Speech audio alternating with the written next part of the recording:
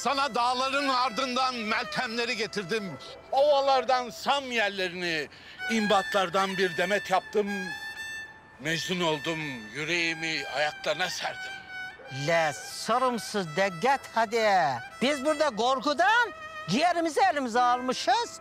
Yok efendim imbatların önüne katmışmış. Yok meltemlerle dolaşmışmış. Keşke o esintiler seni önüne katıp götüreydi de sen buraya dönemeyeydin. O zaman görürdün sen gününü. Üf be.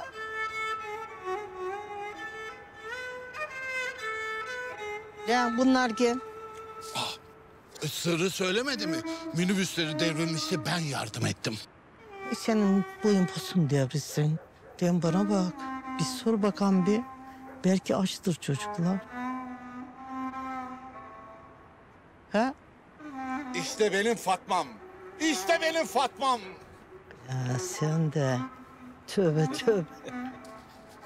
Aç mısınız? Deli işte. Buradan Isparta'ya tek uçak var. O da öğlen 14.30'da. Ya, Antalya'dan mı uçsak? Bir gece 3'te var. Tek kişilik kalmış. Bir saniye. Ha, sabah 5'te var, olur mu? Yok, sabaha kadar beklemeyelim. Hı. Şuradan araba kiralayalım. 6 saatte Isparta'dayız. Hadi gel gidelim.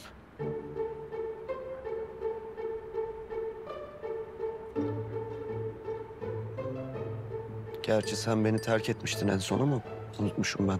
Kusura bakma. Sen beni terk ettin. Yo hayır. Önce sen beni terk ettin. Ondan sonra ben seni terk ettim. Tamam, en son sen beni terk ettin ama. Ödeşmişiz işte. Hadi gidelim. Hayır efendim, ödeşmedik. Ödeşmedik Toprak Bey. Ben eski sevgilimle İtalya planları yapmadım. Allah aşkına ben Ece'yi çağırmadım ki. Bir baktım havalimanında dibimde bitmiş.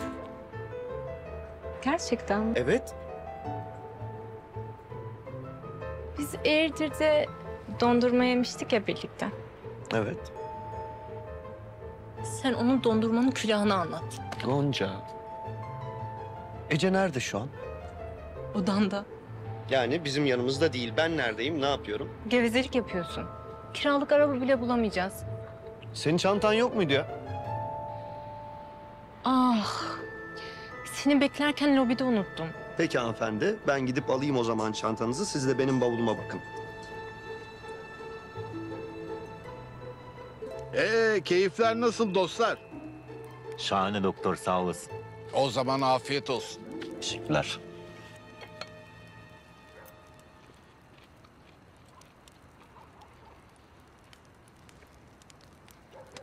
Ben gidince çok ağlamışsın Fatma. Sırrı söyledi.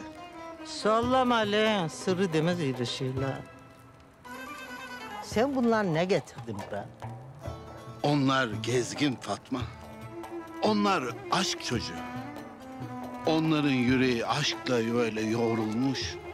Onlar hippi. Onların işi çiçek, börtü, böcek. Yani bir nevi sen Fatma. Sen de hippisin. Hoşt! Ne diyorsun lan sen? Ne ipisiymiş? Ben dümdüz bildiğin yürüyüm be. Bu çocuklara bir bakayım. Misafirler ne de olsa.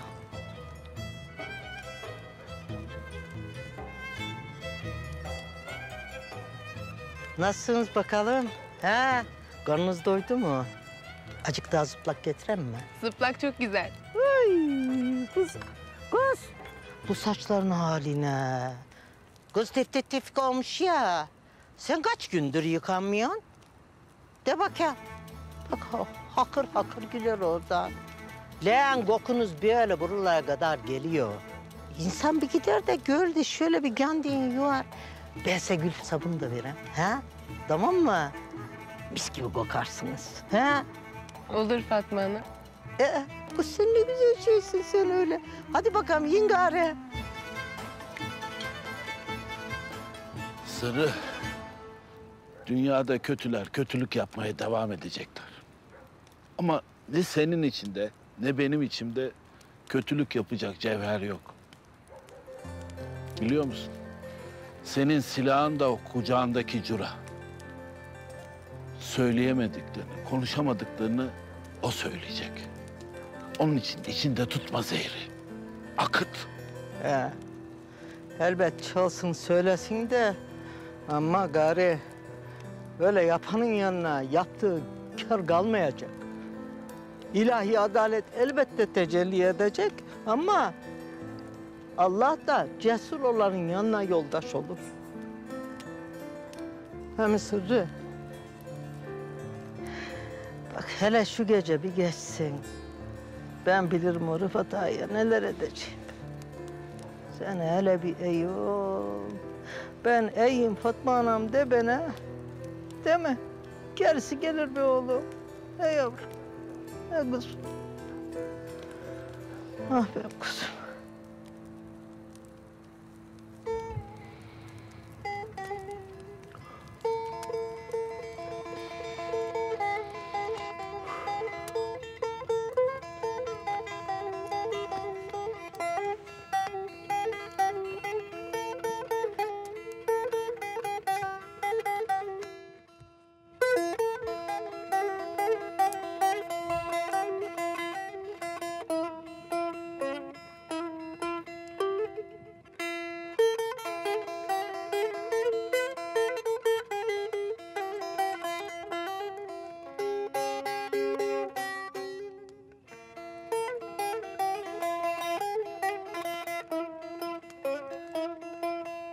Yani yüzlerce ülke gezdim, onlarca iklim gördüm. 5 okyanusta yüzdüm. Senin kadar güzel adam görmedim.